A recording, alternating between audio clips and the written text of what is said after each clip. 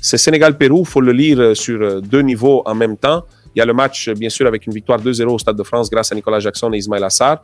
Mais il y a aussi tout ce qu'il y avait autour, toute la charge émotionnelle, politique, symbolique, presque historique de la soirée. Parce que ce n'était pas un simple amical de mars. C'était la une ressortie du Sénégal depuis que la CAF a retiré le titre de la CAN 2025 au Lyon pour l'attribuer au Maroc sur tapis vert après la finale de Rabat du 18 janvier. Le Sénégal a saisi le TAS le 25 mars, réclame l'annulation de cette décision et continue d'affirmer publiquement qu'il est le vrai champion d'Afrique.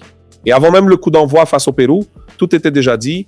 Les joueurs et le sélectionneur Pape Bounatia ont fait un tour du terrain avec le trophée devant un Stade de France quasiment plein, sous les acclamations, avec un maillot orné de 2 étoiles, celle de 2021 et celle du titre contesté de 2025. C'est pour ça que personnellement, je trouve que ce match dépassait le cadre du football pur. Le Sénégal ne venait pas seulement jouer contre le Pérou. Il venait réaffirmer un statut. Il venait dire, vous pouvez écrire ce que vous voulez dans vos décisions. Nous, on sait ce qu'on a gagné sur le terrain. Et sur ce point, on peut avoir toutes les lectures juridiques qu'on veut. La réalité sportive reste lourde. Le Sénégal continue de se comporter comme un champion d'Afrique, sans trembler, sans reculer, sans donner l'impression de douter une seule seconde de sa légitimité. Je trouve même que la CAF, en voulant déplacer le débat vers les bureaux, a peut-être réussi l'inverse de ce qu'elle cherchait. Elle a renforcé le lien émotionnel entre cette équipe et son public. Quand un groupe se sent attaqué dans sa vérité sportive, il peut se fracturer ou se souder. Là, clairement, il s'est soudé. Et ce 2-0 contre le Pérou, dans cette ambiance-là, n'est pas juste une victoire, c'est un acte de continuité. Sur le terrain, maintenant, le Sénégal a donné l'impression d'une équipe sérieuse, mature, pas forcément dans un mode furie totale pendant 90 minutes, mais globalement très au-dessus de son adversaire. Reuters parle d'un match de préparation pour la Coupe du Monde et c'est exactement ce qu'on a vu. Une équipe qui n'a pas eu besoin de s'exciter dans tous les sens pour s'imposer. Il y avait de la maîtrise, de la densité physique, des séquences de contrôle, puis des accélérations très propres dans les bons moments. C'est pour ça que je comprends parfaitement l'idée qu'un autre contexte, plus sec, plus brutal, plus purement compétitif, aurait pu produire un score encore plus lourd. Pas parce que le Pérou aurait été ridicule, mais parce que le Sénégal avait cette marge visible, ce petit cran de puissance supplémentaire dans les zones décisives. Le plus important pour moi, c'est que cette équipe a joué avec autorité sans donner l'impression de courir après un message artificiel. Le message était déjà là dans l'avant-match. Sur la pelouse, elle a juste joué comme une équipe sûre d'elle. Le meilleur joueur à mettre vraiment en avant, c'est Nicolas Jackson. D'abord parce qu'il marque le 1 but à la 41 minutes, ce qui débloque émotionnellement le match. Ensuite, parce qu'il continue de confirmer quelque chose d'important avec le Sénégal. Quand il est mis dans de bonnes conditions, il peut être un attaquant très pénible pour n'importe quelle défense. Reuters rappelle qu'il a conclu facilement après une énorme percée sur le côté droit d'Ibrahima Mbaye. Ça dit déjà beaucoup. Jackson n'a pas eu besoin d'un exploit solo, il a eu besoin d'être dans la bonne zone, au bon moment, avec le bon timing. Et ça, c'est aussi une qualité de très bon attaquant. Il faut arrêter de croire qu'un avant-centre n'est bon que quand il fait ses dribbles et envoie une frappe en lucarne. Un attaquant de haut niveau, c'est aussi un joueur qui sent le moment exact où il doit être là. Contre le Pérou, Jackson a été ce point de fixation et de finition qui a récompensé la meilleure séquence sénégalaise. Et justement, sur ce une but, il faut parler longuement d'Ibrahima Mbaye parce que dans le compte-rendu de Reuters, son rôle saute aux yeux, storming run down the right wing. Rien que cette formule raconte beaucoup.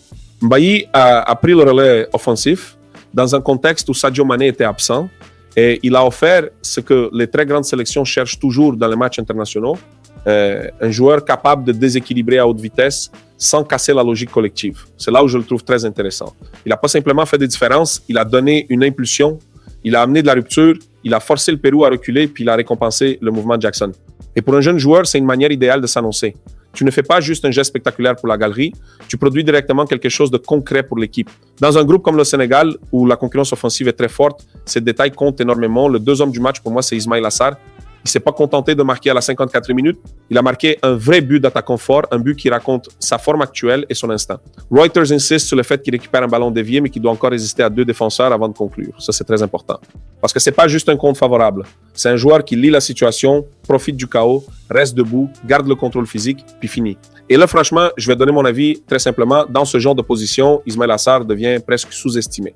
On le voit parfois trop comme un ailier de débordement, un joueur de couloir, alors qu'il a aussi un vrai profil de joueur décisif dans les 20 derniers mètres. Il a la vitesse, il a le timing et il a surtout cette capacité à transformer une action un peu sale en but propre. Son match confirme que le Sénégal a plusieurs manières de faire mal offensivement et pas seulement une seule ligne narrative autour de Sadio Mané.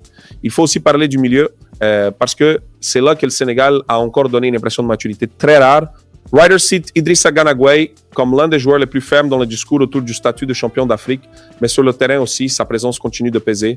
Et là, je vais être très honnête, ce genre de joueur, tant qu'il tient physiquement, il change complètement le visage d'une sélection. Il apporte du volume, de l'expérience, du rythme sans panique, et surtout, il rassure les autres. Derrière lui ou autour de lui, des profils comme Lamine Camara, Pape Gueye ou Pape Matar Sarr peuvent davantage s'exprimer parce qu'ils savent qu'il y a une structure. Le Sénégal a souvent de très bons joueurs, mais ce qui le rend dur à manœuvrer, c'est sa colonne vertébrale. Et Ghana en fait toujours partie. Quand tu vois l'équipe évoluer sans Sadio Mané, sans Edouard Mendy, avec d'autres cadres moins présents, et que malgré ça, elle donne toujours cette impression de solidité naturelle, tu comprends que le réservoir sénégalais est beaucoup plus profond qu'on le dit parfois. Derrière, il y a aussi un point qu'on oublie souvent dans les matchs dominés, la qualité du gardien quand il a peu à faire, mais qui doit répondre juste au moment clé. Là, c'était Mori Diaw dans le but, et il a signé un clean sheet. Rien que ce fait-là mérite d'être noté parce que ce genre de match peut vite devenir trompeur pour un gardien. Tu touches peu de ballon, puis tu dois être prêt sur une seule vraie situation. Et quand tu es là, tu entretiens la dynamique de ton équipe. Le Sénégal n'a pas à faire grand-chose au Pérou, mais le peu qu'il a concédé n'a pas relancé le match. C'est exactement ce qu'on demande à un gardien dans une sélection qui vise haut, ne jamais rendre la soirée nerveuse quand elle ne devrait pas l'être. Et ça renforce aussi l'idée que le Sénégal avance avec plusieurs solutions, pas avec une dépendance absolue à un seul titulaire historique à chaque poste. Ce qui me semble le plus encourageant, au fond, c'est que le Sénégal a gagné ce match sans donner l'impression d'être à son plafond. Et ça, c'est très fort avant une Coupe du Monde. Riders rappelle que cette victoire est la 1 depuis la finale controversée de janvier et que le prochain rendez-vous sera contre la Gambie à Dakar où le trophée doit encore être exhibé.